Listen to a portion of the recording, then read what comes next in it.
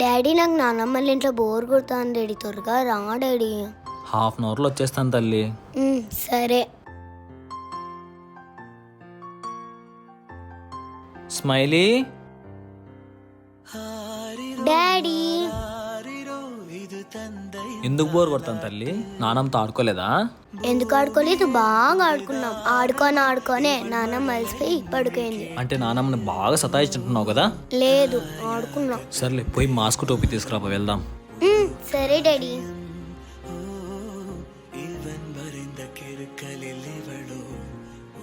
Daddy mask సరిగ్గా.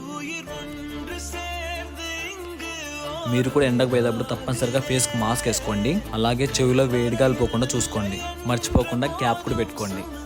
ఎక్కువ వెళ్దాం.